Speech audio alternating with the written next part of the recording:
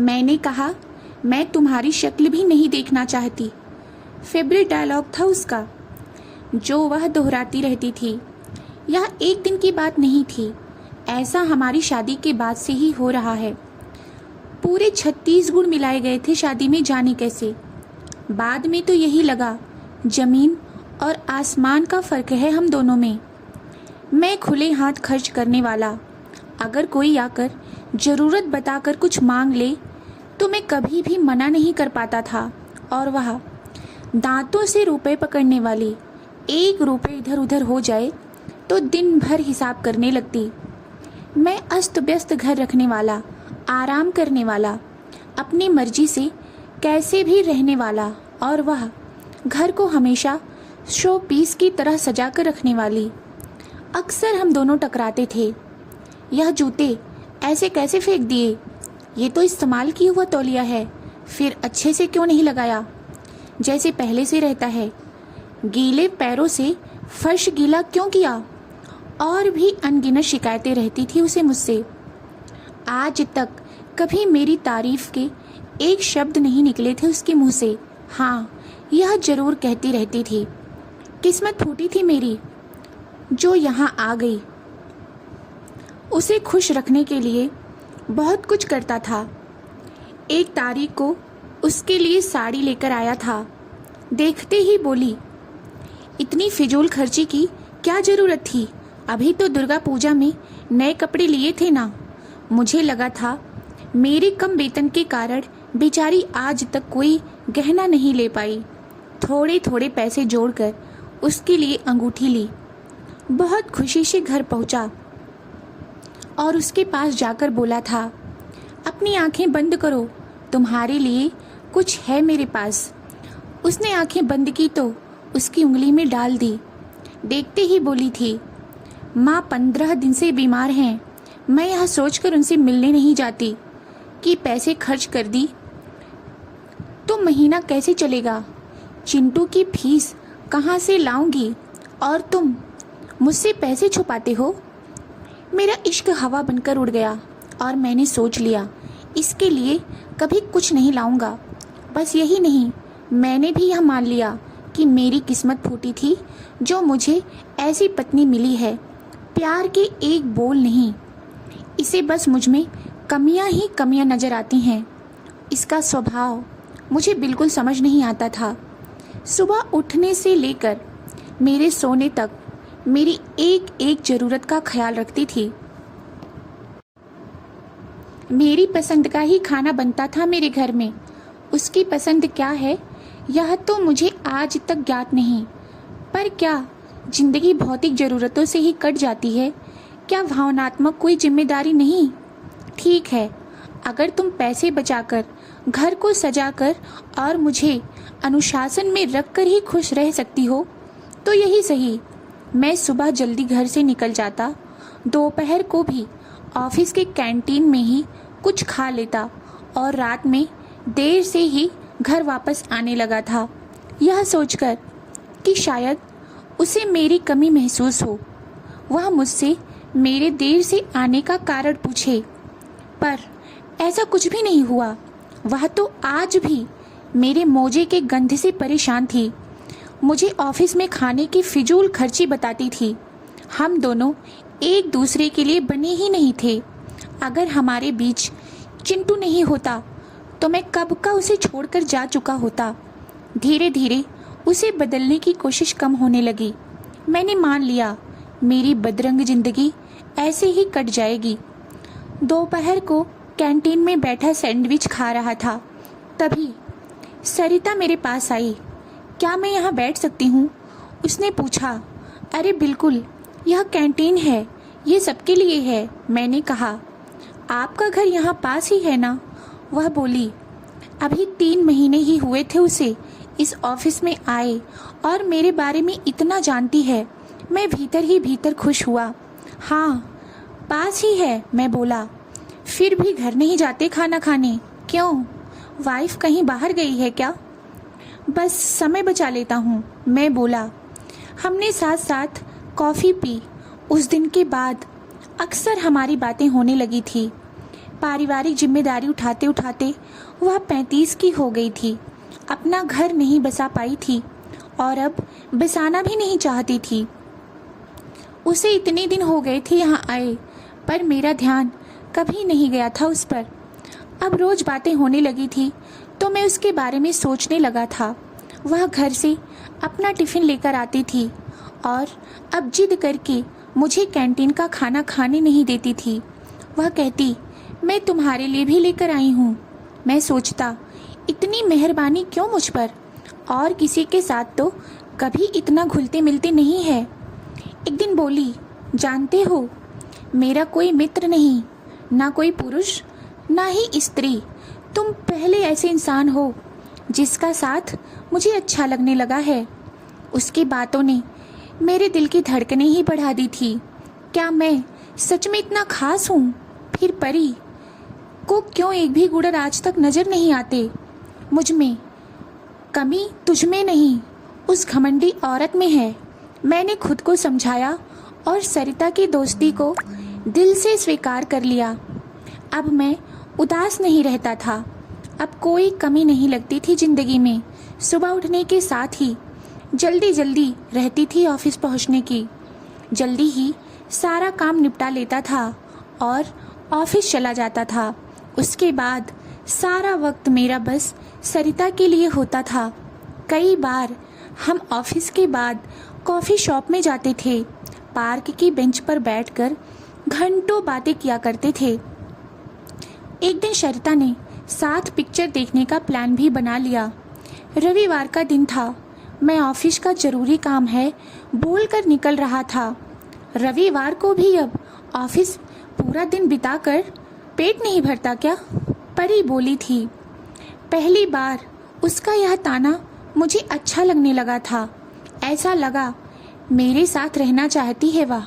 एक बार तो ऐसा भी मन किया कि ना जाऊं, पर सरिता के साथ वक्त बिताने की मेरी चाह को परी का यह नया बदलाव रोक नहीं पाया था और मैं चला गया था।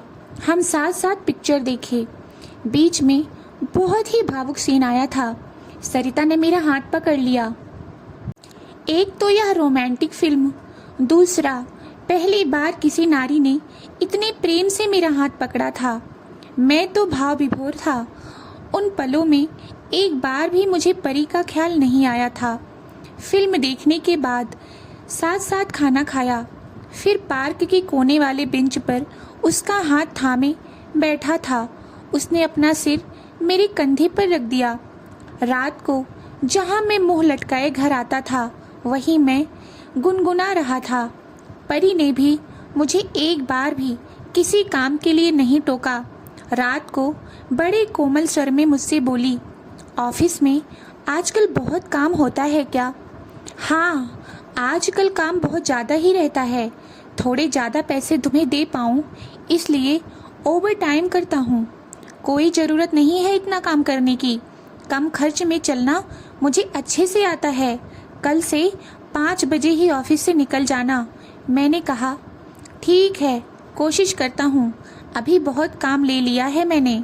सिर पर ख़त्म करना भी तो ज़रूरी है ना। वह मुझसे लिपट कर सो गई। मैं रात भर सोचता रहा, अच्छी है या बुरी। जब मैं इसके साथ वक्त बिताना चाहता था तो इसके मुंह से 2 मीठे बोल के लिए तरस रहा था, और आज खुद कहीं इसे मुझ पर शक तो नहीं। मैं डर कर काँप उठा। क्या होगा अगर पता चल गया इसे मेरे और सरिता के रिश्ते के बारे में? यह तो घर से ऑफिस तक मुझे बदनाम कर देगी। इसके गुस्से का कोई भरोसा नहीं। सबके सामने हाथ ना उठा दे, फिर क्या इज्जत रह जाएगी मेरी। मैं तो कहीं मुंह दिखाने के लायक नहीं रह पाऊंगा। मैं सोच कर ही डर गया था।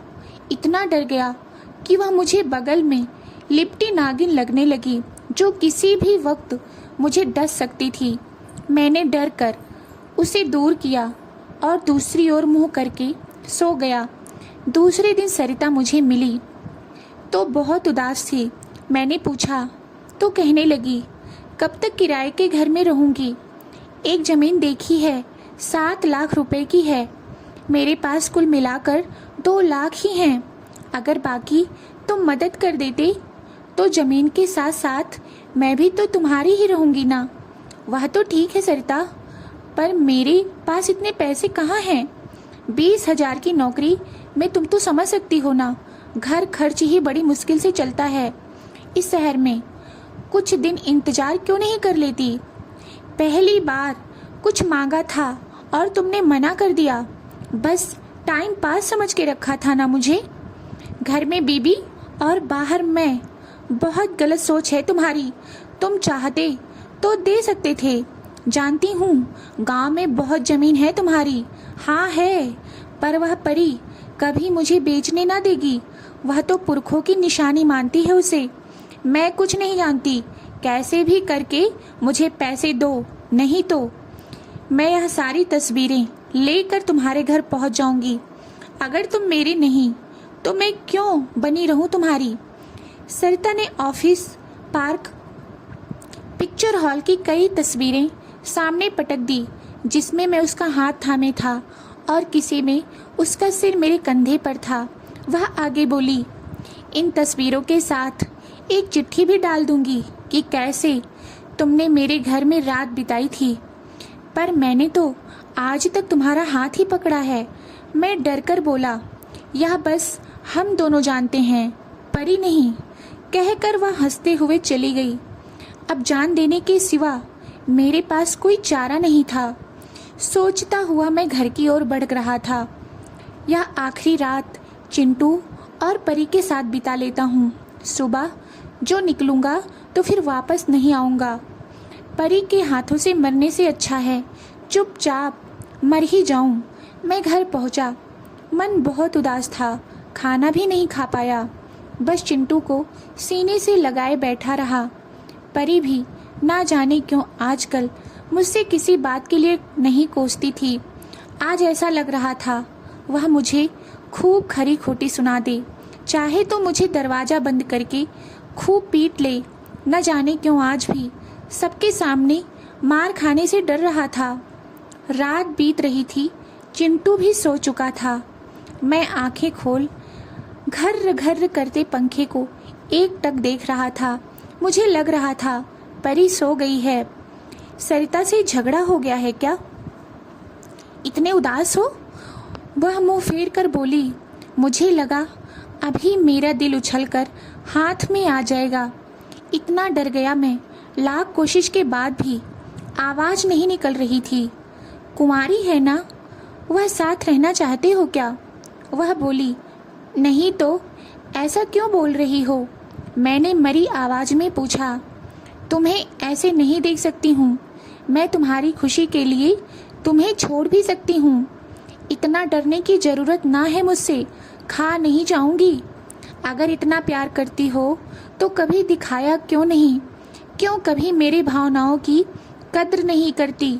तुम्हें पता है कितना दुखी हूँ मैं। आज जो भी हुआ उसकी जिम्मेदार तुम हो। मैंने तो सदा तुम्हें खुश रखने की कोशिश की थी। मैं रोते रोते बोला, मैं चाहता था उसे मुझ पर दया आ जाए। जानती हूँ सारी गलती मेरी ही है। उसने आसानी से अपनी गलती मान ली। बचपन से सदा अपने पिता को, माँ को दबाते हुए देखा था कि हर छोटी से छोटी गलती पर वह उन्हें मारते थे। माँ हमेशा डरी सहमी रहती थी। मैं माँ पर गुस्सा करती, तुम चुपचाप क्यों सहती हो? तो कहती, पहली बार ही गलती कर दी थी जो इन्हें रोका नहीं था, नहीं तो आज यह मेरे साथ ऐसा कभी नहीं कर पाते। मैंने सोच लिया था जो मेरे घर में होता था वह अपने घर में नहीं होने दूंगी। इसलिए बहुत प्यार करते हुए भी कभी जताया नहीं। पर जब तक मुझे मेरी गलती समझ आई तुम मुझसे दूर जा चुके थे। मैं चिंटू को लेकर उस दिन पार्क गई थी, तब वहाँ पर देखा था उसे तुम्हारे कंधे पर सिर रखकर बैठी थी। बाद में पता किया तो पता चला तुम्हारे ऑफिस में ही काम करती है। मुझे माफ़ कर दो परी। मैं हाथ जोड़कर रोता हुआ बोला, क्या चाहते हो? जो चाहोगे वही होगा। मैं तो कल भी तुम्हें ही और आज भी। वह मुझे ब्लैकमेल कर रही है कहकर मैंने उसे सारी बात बता दी। जब बोल दिया कि जो तुम चाहते हो वही होगा तो वही होगा, होती कौन है डराने वाली। कल से उसकी हिम्मत नहीं होगी तुम्हें आंख उठाकर देखने कर भी। चलो अब आराम से सो जाओ। तुम क्या करने वाली हो, यह जानकर क्या करोगे? और दोबारा किसी की ओर देखा तो वह आंखें दिखाकर बोली, तुम नहीं बदल सकती। अभी डांट रही हो, देखो तुम प्यार करोगी तो मैं कसम खाता हूँ किसी को नहीं देखूंगा। कल घर में रहकर चिंटू का ख्याल रखना, मुझे कहीं बाहर जाना है। कहकर उसने मुझे गले से लगा लिया। आज उसकी बाहों से ज़्यादा सुकून मुझे जन्नत में मिल जाने पर भी नहीं मिलता। जिंदगी की सबसे मीठी नींद थी जो उस रात मैंने ली थी। सुबह उठा तो वह जा चुकी थी, न जाने कहाँ गई। सोचकर मैं डर रहा था। 2 घंटे बाद लौटकर आई और बोली, तुम्हें कोई परेशान नहीं करेगा अब। क्या किया तुमने? करना क्या था? बाल पकड़कर घसीटते हुए पुलिस थाने ले जाने लगी तो मेरे पैर पकड़ लिए, रो रो कर कहने लगी, मुझे बदनाम ना करो, मैं कल ही शहर छोड़कर चली जाऊंगी। अब जब चली जाएगी तो हमें क्या? मैं वापस आ गई। वह आराम से बोली, मुझे पहली बार ऐसी खतरनाक बीवी मिलने पर गर्व हो रहा था। मैंने भगवान का ढेर सारा धन्यवाद कहा। दोस्तों, आपको यह कहानी अच्छी लगी हो तो वीडियो को लाइक, चैनल को सब्सक्राइब करें। वीडियो को पूरा देखने के लिए बहुत बहुत धन्यवाद।